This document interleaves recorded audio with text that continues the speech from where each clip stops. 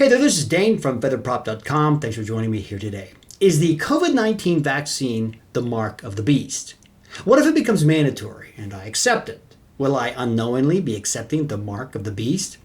That's the question that I'd like to take a look at here today. As you probably know, there is a lot of debate these days about making the COVID-19 vaccination mandatory. In some instances, employers have already made it mandatory for employees, and many of those employees have elected to be unemployed rather than take the vaccination.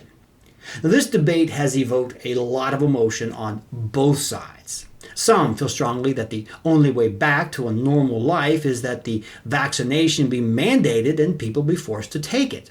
And some feel equally strongly that no vaccine should ever be forced on those who don't want it. The vaccination issue is where public health safety, politics, and personal rights seem to intersect. But politics and health issues aside, I want to take a look at the COVID-19 vaccination crisis from a Christian perspective, or at least where it may intersect Christian thinking. There's been some talk about whether or not the COVID-19 vaccination may be the mark of the beast, which is described in Revelation 13. Now, if you don't understand what I'm talking about, let me kind of bring you up to speed. In the book of Revelation, John has a number of visions, which are quite apocalyptic in nature. In chapter 13, John describes seeing a great beast come up out of the sea. This beast, we are told, makes war on the saints of God. This beast is followed by another beast that rises up out of the earth and who causes many to worship the first beast by means of deception.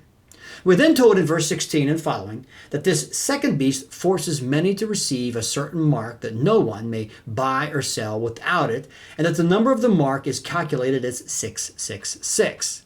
This mark is referred to as the mark of the beast. And in the following chapter, we read that everyone who worships the beast and its image and receives its mark on their forehead or on their hand, they too will drink the wine of God's fury. So we can see that receiving this mysterious mark is not a good thing. That's why Christians throughout the ages have sought to understand this passage. And this is why many have wondered if getting the vaccine is the fulfillment of the passage. Well, let me begin by saying that the vaccination is not the first thing that recent Christians have supposed to be the mark of the beast. I can recall quite a few years ago that some believed that the Social Security number was the mark of the beast. Then back in the 70s, everyone was telling us that the barcode was the mark of the beast. I've also been hearing for years that the government is making a computer chip that will be embedded somehow under the skin and which will be forced on everyone, and that is the mark of the beast. Now, those who believe that the vaccination is the mark of the beast are pointing out that the beast in Revelation 13 is the government and that it is using its power to force the vaccination on people's bodies. If they don't accept it, they will be ostracized. Now, some businesses have already declared that only those who have vaccination cards can enter the establishment. They will say that this was predicted in John's vision when he recorded that no one can buy or sell without the mark. Okay, so let's talk about this. First, if you take the book of Revelation literally, which I would caution you from doing, you would have to admit that there's nothing about the vaccination that fits into chapter 13. First, John tells us that the mark is placed on people's right hands or foreheads. Now, this is inconsistent with the location of the vaccination, which is typically administered onto people's shoulders. I'm unaware of anyone getting the shot on their head. Second, what the beast causes to be given to people in Revelation 13 is called a mark. Evidently, it's something visible. The vaccination, which comes from a small hypodermic needle, leaves no visible trace after a few hours, so it can hardly be called a mark. Thirdly, if you're insisting on a literal understanding of Revelation 13, we are told that the mark of the beast prohibits people from buying or selling, not dining out. I'm unaware of any indication that those who choose not to be vaccinated will be restricted from enterprise in the United States. Incidentally, restaurants have been telling us for years, no shirt, no shoes, no service. Yet no one has been telling us that shirts and shoes are the mark of the beast. But what if we take Revelation 13 figuratively? What if what we read there are really just symbols of something else? In other words, maybe John wrote one thing to represent something else. Well, I'm much more comfortable with that approach, not just to Revelation 13, but to most of the book of Revelation. In any event, let's see where that approach takes us. The date of the writing of the book of Revelation is in dispute. Most biblical scholars give it a later date, perhaps the end of the 1st century or maybe even early 2nd century.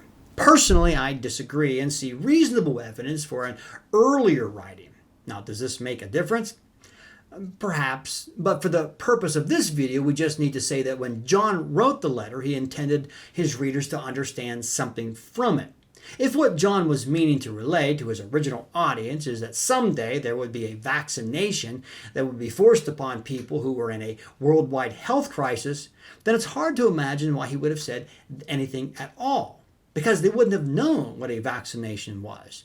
John wouldn't have known what it was. However, if John's readers were in some type of crisis themselves, let's say Emperor Nero was persecuting them, feeding them to wild animals, crucifying them, and burning them alive, it might be reasonable to presume that his letter was meant to encourage early Christians in the midst of that persecution.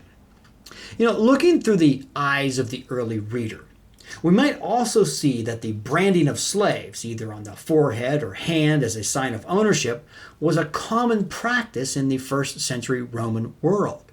Therefore, John and his readers may well have seen the mark of the beast not as something literal, but something figurative which denoted allegiance. In other words, John may have been saying, don't become a slave to this world, but remain loyal to God even in the face of persecution. In Revelation 14, we are told that God's people had his name placed on their heads. So it would seem all people are marked. God's people bear his name, all other people bear the mark of this world. Now, none of this is literal as I understand it. I believe that all readers throughout all time can benefit from John's encouragement. We are reminded not to exchange the mark of God for the mark of the world, even if we face persecution and boycott. So, is the COVID-19 vaccination the mark of the beast? Well, unless a person is told that they must deny Christ before receiving a COVID vaccination, I don't believe that anyone who loves God has any reason to fear that they are unknowingly receiving some sort of spiritual mark that destines them to hell if they get a vaccination. On the other hand, if serving God is pretty low on your list of priorities, then any mark left by the vaccination is the least of your worries. Well, that's it for today. Thanks for watching, and I hope to see you here next time on this channel.